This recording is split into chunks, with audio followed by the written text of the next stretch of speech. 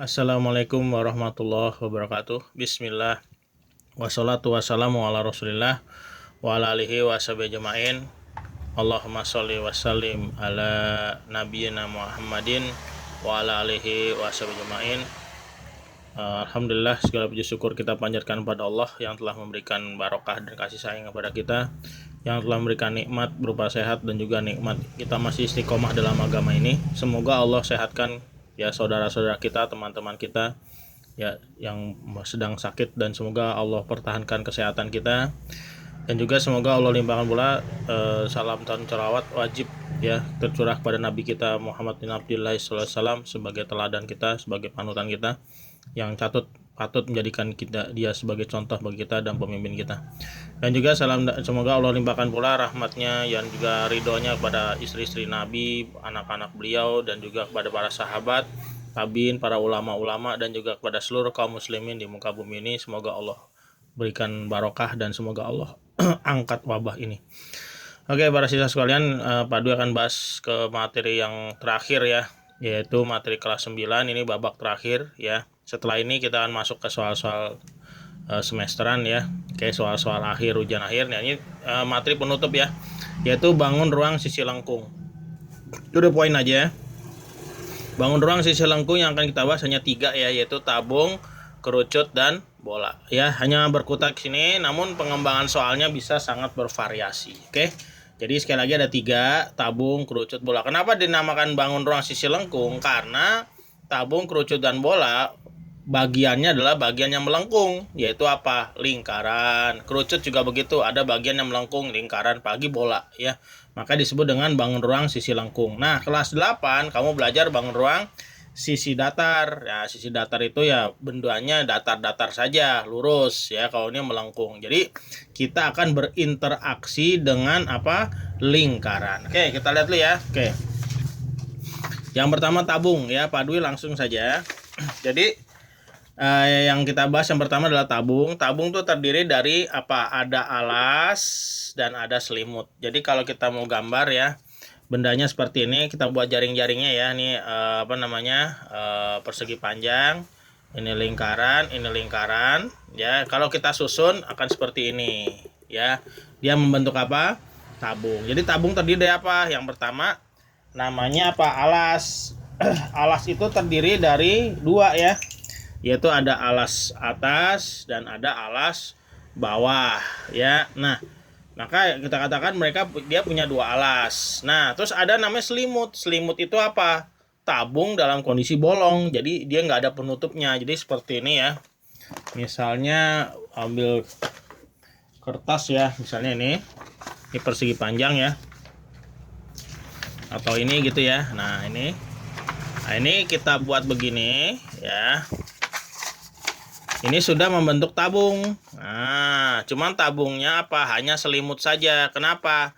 Bagian atas dan bagian bawahnya kosong. Ini disebut dengan selimut tabung. Ya, ini udah ngebentuk tabung tapi hanya selimutnya saja. Kalau bagian atas tertutup lingkaran, bawah juga tertutup lingkaran dengan ukuran yang sama, maka dia menjadi tabung sempurna, ya. Jadi kasarnya nanti ada namanya selimut tabung, tuh artinya tabung dalam kondisi bolong, tidak ada alasnya, tidak ada penutupnya. Oke. Nah, maka di sini dia memberi banyak rumus ya. Ini maaf ya, Pak Dwi sebenarnya nggak bagus ngajar begini ya, langsung pakai rumus. Harusnya mengajarkan dengan pembuktian rumus. Cuman mengingat waktu kita udah mepet, bulan Maret kita akan ada ujian akhir ya, Maret atau April ya, udah mepet. Jadi kayaknya menghabiskan banyak waktu dan faedahnya kurang ya kalau udah mengejar waktu begini ya. Jadi Pak Dwi langsung simple aja ke rumus. Nah, rumusnya yang pertama luas alas. Alasnya berbentuk apa?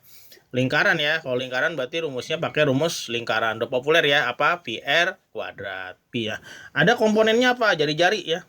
Ini lingkaran, sini jari-jari. Terus ada bagian tinggi. Nah, jadi tinggi itu apa? Tinggi itu yang menghubungkan lingkaran, antar lingkaran, ini lingkaran terhubung oleh garis, maka disebut dengan tinggi. Jadi yang menghubungkan lingkaran dengan lingkaran atau alas dengan alas kita sebut dengan tinggi, yaitu ya. Jadi nggak harus tinggi itu ke atas, bisa juga begini ya, boleh juga begini. Ini kita sebut tinggi juga.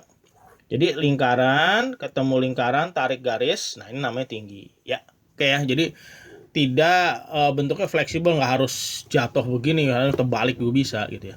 Nah, kemudian ada luas limut. Tadi saya katakan luas limut itu adalah tabung dalam kondisi bolong. Ya kan, rumusnya adalah 2 pi RT, 2 kali pi kali R kali T, 2 kali pi ya 2/7, atau bisa ya pi udah nggak lupa ya, pi itu boleh 22/7 atau pi 3,4. Walaupun menurut ahli matematika itu tidak segini, ini hanya pendekatan saja.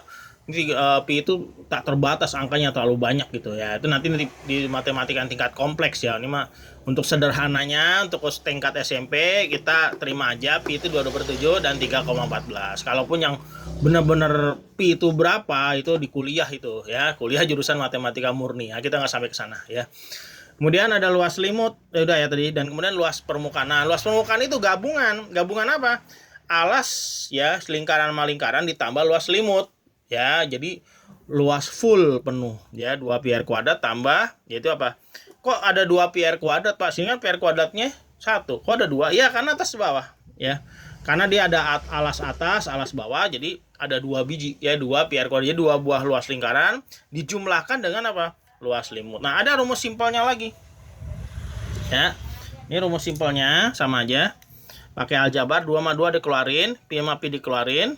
R dalam kurung R tambah T. Nah, ini rumus simpelnya nih untuk nyari luas permukaan ya. Jadi apa? 2 pi dalam kurung R tambah T. Ini rumus rumitnya, tapi gampang diapalin ya.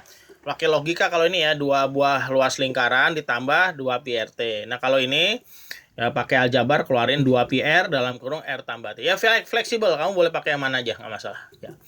Dan terakhir ada volume. Volume itu isi. Jangan lupa satuannya kubik ya, yaitu apa? Pi R kuadrat kali T ya.